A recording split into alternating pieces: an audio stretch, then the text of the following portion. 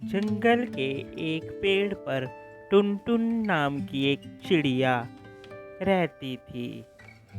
वह हर रोज सुबह सुबह दाना चुगने के लिए घर से निकल जाती थी। एक दिन वह अपने घर से दाना चुगने के लिए निकली। रास्ते में बहुत तेज से बारिश होने लगी। हे भगवान, अब मैं कैसे घर जाऊंगी? बारिश तो बहुत तेज हो रही है। मुझे यहीं कहीं जंगल में रात गुजारनी पड़ेगी। वह रात गुजारने के लिए एक पेड़ पर जाकर छिप जाती है और सुबह होने का इंतजार करती है। जब सुबह होती है, वह फिर अपने घर के लिए रवाना होती है। जैसे ही वह घर पहुंचती है, देखती है कि वहां पर तो पहले से ही किसी ने उसके घर पर कब्जा कर रखा था। टुनटुन चिड़िया ने कहा, यह घर मेरा है, तुम यहाँ पर कैसे आए? अरे, सारी रात तो मैंने यहाँ बिताई है, अब तुम कह रही हो कि ये घर मेरा है। नीचे बैठी बिल्ली यह सब देख रही थी कि दोनों में अब लड़ाई हो रही है। वह जानबूझकर नीचे बैठकर भक्ति का नाटक करने लगी और भगवान से प्रार्थना करने लगी। दोनों ने सोचा, ये तो कोई महान व्यक्ति है, चलो इसी से बात करते हैं। वह दोनों बिल्ली के पास आते हैं तो अपनी अपनी समस्या बताते हैं। बिल्ली आंख मूंदकर बैठी होती है। जैसे ही वह पास आते हैं, बिल्ली झपटा मारती है और दोनों को मारकर खा जाती है। प्यारे दोस्तों, आपको कैसी लगी हमारी यह स्टोरी? ऐसी और दिलचस्प स्टोरी देखने के लिए हमारे चैनल को सब्सक्राइब करें, साथ ही लाइक करें, शेयर करें, कमेंट करना तो बिल्कुल ना भूलें। Thank you for watching. एक बुलबुल अपने दो बच्चों के साथ एक पेड़ पर रहती थी। वहीं पास वाले पेड़ पर एक कौवा अपने 3 बच्चों के साथ रहता था। दोनों एक दूसरे के आमने सामने रहते थे। कोयल बहुत समझदार थी। वह अपने बच्चों के लिए खाना पीना और फल फ्रूट लाकर रख दिया करती थी।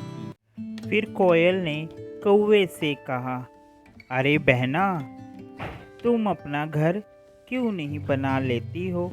आगे जाकर मौसम ठंडा आने वाला है, फिर तुम्हें दिक्कत हो सकती है।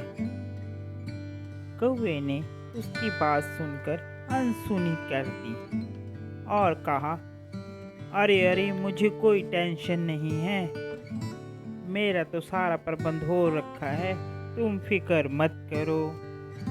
मैं तो अपने माँ के घर जा रही हूँ, वहाँ से मुझे फ़ोन आया है, मेरी माँ की तबीयत सही नहीं है, मैं तो जा रही हूँ। इतनी बात कहकर कौवी अपने बच्चे को छोड़कर अपने मायके चली गई।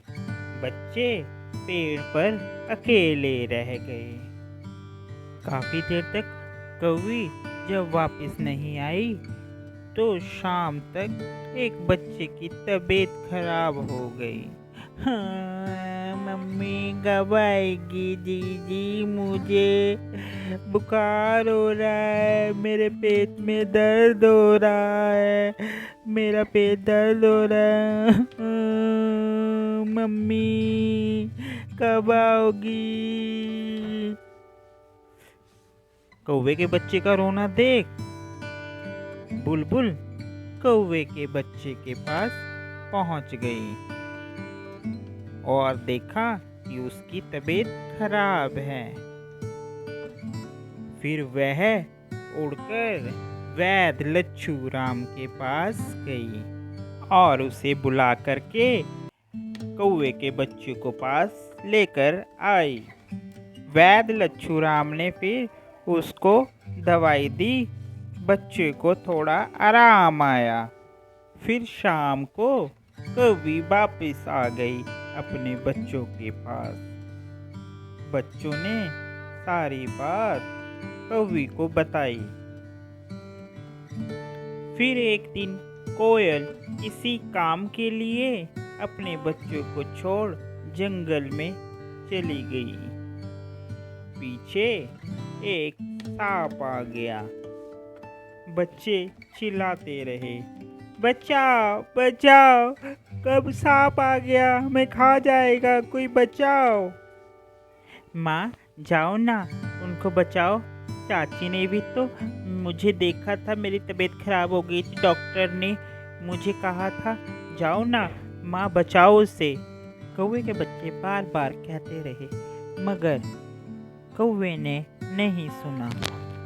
फिर लच्छूराम आया और उसने कोयल के बच्चों को बचाया। उसके बाद जब कोयल आई तो बच्चों ने सारी बात कोयल को बताई। कोयल ने बात सुनकर बुरा नहीं माना।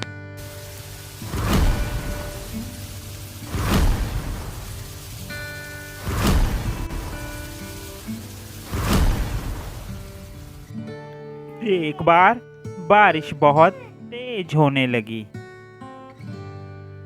फिर कौवा बुलबुल के पास आया। बहन बहन, मुझे अपने घर में जगह दे दो, बारिश बहुत है, मेरे बच्चों को ठंड लग जाएगी, ठंड बहुत है।